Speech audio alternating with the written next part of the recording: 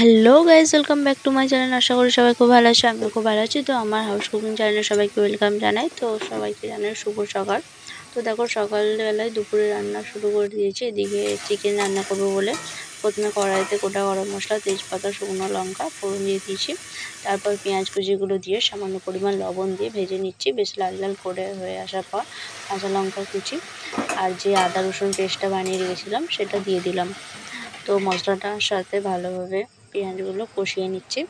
তারপর গুঁড়ো মশলা দিয়ে দেবো। তো দেখো, মশলাটার সাথে পেঁয়াজ রসুনটা কষিয়ে নিচ্ছি। কয়েকবার নাড়াচাড়া করে ভালোভাবে দেখো কষিয়ে নেওয়া হয়ে এসেছে। এরপর হলুদ গুঁড়ো, লঙ্কা গুঁড়ো, জিরে গুঁড়ো, সব কিছু মশলা একসাথে কষাতে থাকবো। কয়েকবার ভালোভাবে কষিয়ে নিয়ে মশলা তুলে আসবে, তখন আলু আর মাংস দেবো। পুরো ভিডিওটা ভালো করে দেখতে থাকো, শেষ পর্যন্ত দেখো, বেশ ভালো লাগবে। আর ভিডিও শেষে জানিও ভিডিওটি কেমন হয়েছে।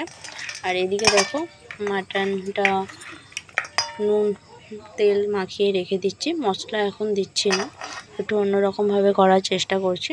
তো দেখো, মাংসের পিসগুলো বেশ ঠিকঠাকই ছিল। এরপরে মাংসটা এখানে ম্যারিনেট করে রেখে দিয়েছি। এদিকে দেখো, মশলাটা থেকে ভালোভাবে তেল ছেড়ে আসছে, দেখতে পাচ্ছ, বেশ দারুণ লাগছে মশলাটা।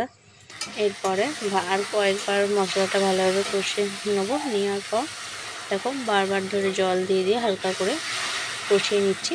তারপর ভালোভাবে কষানো হয়ে গেলে যে আলুগুলো কেটে হালকা করে ভেজে রেখেছিলাম, সেই আলুগুলো ওই মশলার সাথে প্রথমে দিয়ে দেবো, মাংসটা পরে দেবো। তো দেখো, কয়েকবার বেশ কষিয়ে নিচ্ছি। মশলাটা বেশ সুন্দরভাবে ফুটে এসেছে। এরপর আলুগুলো দিয়ে দিচ্ছি। তো দেখো, আলুগুলো দিয়ে মশলার সাথে আলুটা ভালোভাবে কষিয়ে নিচ্ছি। মশলাটার সাথে আলুটা ভালোভাবে কষিয়ে নেওয়ার এটাই কারণ যে আলুর পিসগুলো একটু বড় বড় রেখেছিলাম। মাটনটা একটু সেদ্ধ হতে দেরি হবে বলে আলুর পিসগুলো বড় বড়, তাই আলুটা আগে দিলাম, যাতে আলুটা ভালোভাবে সেদ্ধ হয়ে ঝাল মশলা সব কিছু বেশ পরিমাণ মতো থাকে। তো আলুটা কয়েকবার কষিয়ে নেওয়ার পর মাংসটা দিয়ে দেবো। তো দেখো, মাংসটা দিয়ে দিচ্ছি। তারপর মাংস, আলু, মশলা সব কিছু একসাথে বেশ কষিয়ে নেব। বেশ ভালোভাবে কষানো হয়ে গেলে তারপর যে গরম জলটা বসিয়েছি সেটা দিয়ে কুকারে 2-3 বার সিটি মেরে নেব। তাহলে গরম গরম রেডি হয়ে যাবে মাটন কারি।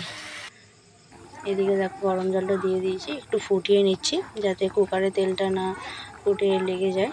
তো কড়াইতে ফুটিয়ে নেওয়ার পর তারপর কুকারে দেবো। তো ভিডিওটি কেমন লাগলো জানিও, ভালো লাগলে like, comment, share and subscribe করো বন্ধুরা। Thanks for watching, tata.